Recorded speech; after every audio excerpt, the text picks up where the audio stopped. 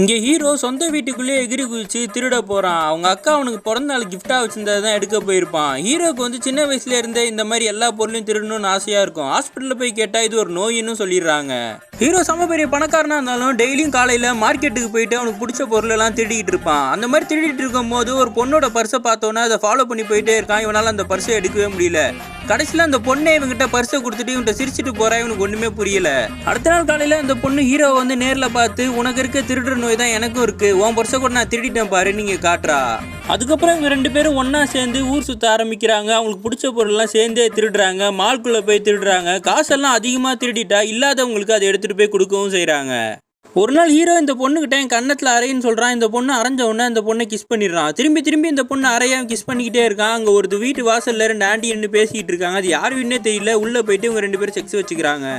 இந்த பொண்ணு சொல்கிறா, வீட்டில் எனக்கு மாப்பிள்ளை பார்க்குறாங்க, நம்ம ரெண்டு பேரும் வீட்டில் பேசி கல்யாணம் பண்ணிப்போமான்னு ஹீரோ கேட்டா, இல்லை அதெல்லாம் த்ரில்லாக இருக்காது, நம்ம ரெண்டு பேரும் வேற ஆளை கல்யாணம் பண்ணிக்கிற மாதிரி போயிட்டு கல்யாணத்தன்னைக்கு ஓடி போயிடலான்னு ரெண்டு பேரும் ஃபிக்ஸ் பண்ணுறாங்க.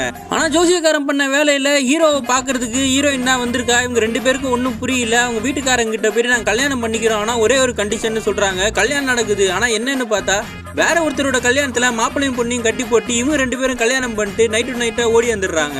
கல்யாணம் மட்டும் இல்லை, ஹனிமூன் கூட வேற ஒருத்தவங்க புக் பண்ண ஹோட்டலுக்கு போயிட்டு இவங்க ரெண்டு பேரும் என்ஜாய் பண்ணிட்டு வெளியே வந்துருதுங்க பைத்தியங்க.